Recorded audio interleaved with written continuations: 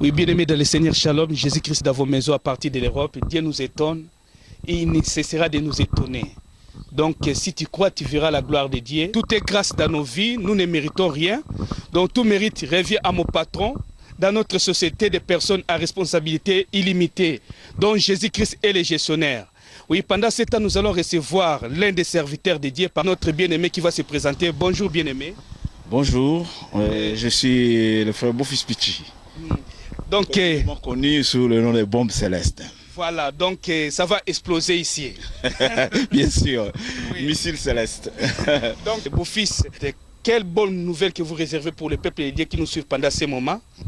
La bonne nouvelle est que j'ai dit à tous mes frères en Christ, même ceux qui ne sont pas en Christ, je dis seulement que les combats continuent car il est tellement rusé que nous devons tout le temps être en éveil.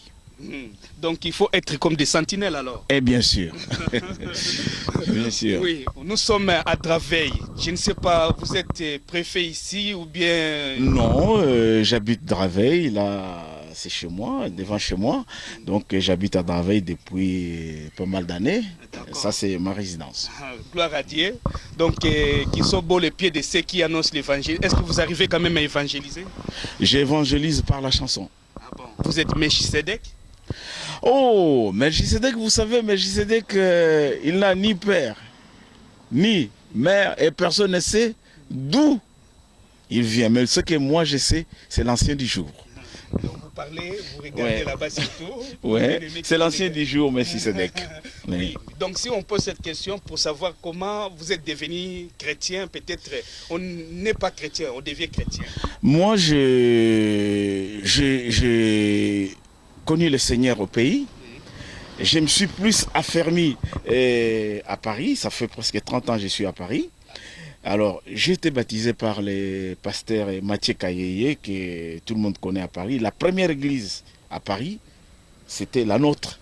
Il n'y avait pas d'église à Paris, il n'y avait qu'une seule, c'était le pasteur Mathieu Kayeye. Et ensuite, il y a eu une deuxième église, les chérubins de Sarcelles. Je suis le premier... Avec le pasteur Félix Makala. Je suis le premier musicien de chérubins. Donc, quand tu as eu, chez les chérubins, quand il y avait 5 personnes, moi j'étais là. Il y avait le pasteur Félix, sa femme, le frère Ngongo Passi et sa femme et moi. Vous avez toujours le premier amour ou bien ça fait le haut et les bas?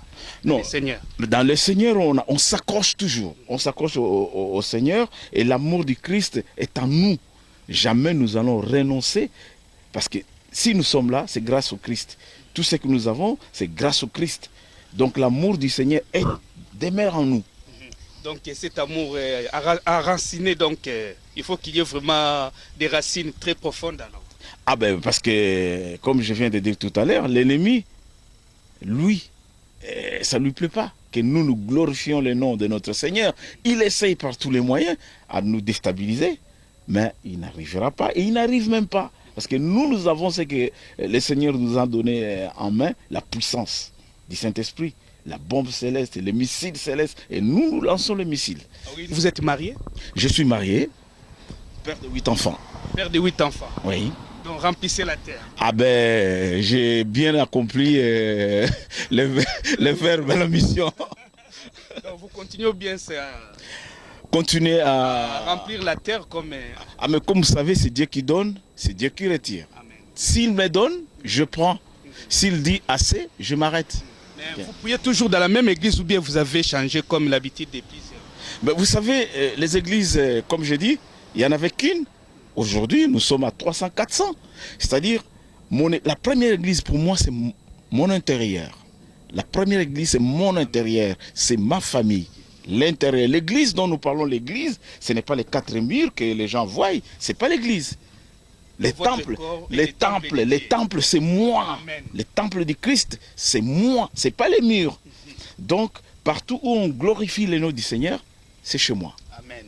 Vous avez chanté avec notre bien-aimé, l'effet apôtre de Baba, donc que Dieu a récupéré l'âme. Ça vous fait comment par rapport à son départ? Vous savez, le départ du frère de Baba, dans la chair, c'est chagrinant. Mais en esprit, je sais que nous nous retrouverons. Je sais que nous nous retrouverons. Dans la chair, c'est quelqu'un qui a été avec moi, un ami proche, qui a partagé avec moi les moments en Christ. J'ai voyagé avec lui partout. Nous avons fait beaucoup de choses ensemble. Mais c'est lui qui n'est pas avisé. Pleure. Mais moi, je suis avisé. Vous avez sorti dans votre vie combien d'OP? Combien d'albums? Je suis à mon 3e album. Le premier, c'est Lumière. Moi, les gens m'ont découvert avec un seul album. La bombe céleste, c'est Lumière. L'écrit bombe céleste, c'est moi qui l'ai inventé. Lié, ligoté, enchaîné, délogé, attaqué, boum. Et les frères Debaba, quand il est venu, il a dit, oh, moi je dois prendre ça, on doit continuer. Et il a mis aussi dans son album. Donc il y a Explosion. Explosion, et les frères aux États-Unis, et puis les Camerounais en ont pris, les Ivoiriens, et c'est parti. Est-ce que vous pouvez nous rappeler, peut-être à nos téléspectateurs ou internautes qui nous suivent pendant ces moments, ce qui vous a vraiment propulsé peut-être avec notre bien-aimé frère Debaba? C'est vrai, il y a eu un plus quand j'ai rencontré les frères Debaba. La bombe céleste demeurait à Paris, elle a été créée à Paris, elle a sorti à Paris, mais quand les frères Debaba est venu à Paris, il a senti quelque chose en moi. Et il y a eu cette complicité entre nous, et tout d'un coup, on a composé ensemble, on a chanté ensemble, on a pris la bombe céleste, on a inclus dans son... c'était l'armée des rachetés. Et il y a eu explosion. Donc ça continue jusqu'aujourd'hui, aux Antilles, par-ci, par-là. Aujourd'hui, la bombe céleste, elle est restée. C'est une marque qui ne m'appartient pas, mais c'est une marque qui appartient au Seigneur. Amen. Vous pouvez nous faire un acapella concernant la bombe céleste? Ouais. Je vais chanter Lumière. Lumière, par exemple, c'est la chanson que les gens ont dansé beaucoup dans les fêtes. Oui. Yesu nangai wa bolingo Tongo yango yo etani Yoliwe ya matine Oko bengana molili Ndambo, ndambo Mandeke na tongo bako yembela yo Banyama na zamba bako sanzola yo Ebongo ngai moto pamba Nako yembela nani. L'identité céleste. Il y a le contrôle d'identité, des fois il y a des sans-papiers. Est-ce que vous êtes prêts aussi? Vous savez, la mort ne me fait pas peur. Parce que quand je ne connaissais pas la vérité, j'avais peur. Maintenant que j'ai connu la vérité, elle m'a affranchi. C'est-à-dire, même aujourd'hui, si l'Éternel décide de reprendre mon âme à lui, bon lui semble. C'est-à-dire, je partirai là avec une certaine conviction, une certaine joie d'avoir la mission et d'avoir connu la vérité, le chemin. Jésus-Christ. Amen. Aujourd'hui, vous voyez la musique chrétienne par rapport au temps où vous avez commencé, ça fait 30 ans. Quelle est la différence? Beaucoup. Beaucoup de différences, et surtout ici en Europe, moi je suis quelqu'un qui parle vrai. Ce n'est plus la grande période, la bonne période où tous les musiciens se réunissaient pour glorifier le Seigneur, où tous les serviteurs se réunissaient pour un certain séminaire, une certaine campagne. Ce n'est plus cette époque-là. La musique chrétienne aujourd'hui, c'est étouffé.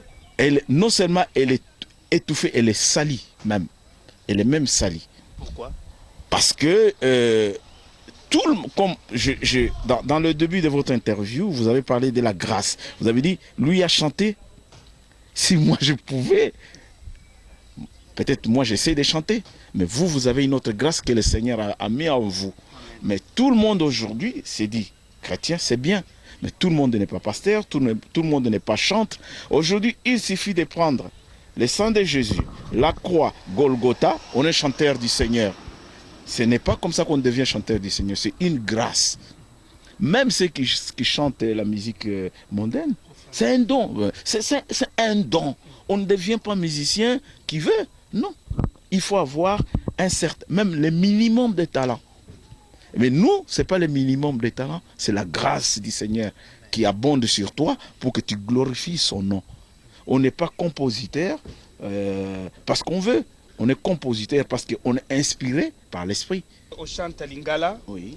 mais est-ce que vous voulez vous arrêter dans nos milieux ou bien vous voulez encore aller au-delà quoi? Ah ben dans cet album-là que je sors, je chante en portugais, je chante en espagnol, Oui. je chante en français et en créole. Le mot de la fin, c'est... Il y a quelque chose qui se passe aujourd'hui à la télé. Et si vous avez remarqué, l'Angleterre fête les jubilés de la reine. Il y a des gens qui naissent, qui ne savent pas qu'est-ce que c'est manquer. Il y a des gens qui naissent, qui ne savent pas qu'est-ce que c'est la tristesse.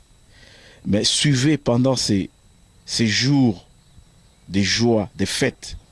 Mais un jour, vous entendrez, stop, la reine Élisabeth est morte. Personne ne pourra faire quelque chose. Personne. Dieu mettra fin à ça. Il n'y a pas de délivrance. Quand Dieu décide, c'est fini. Les palais, tout l'or, tout restera. La meilleure richesse, c'est Jésus-Christ. Amen.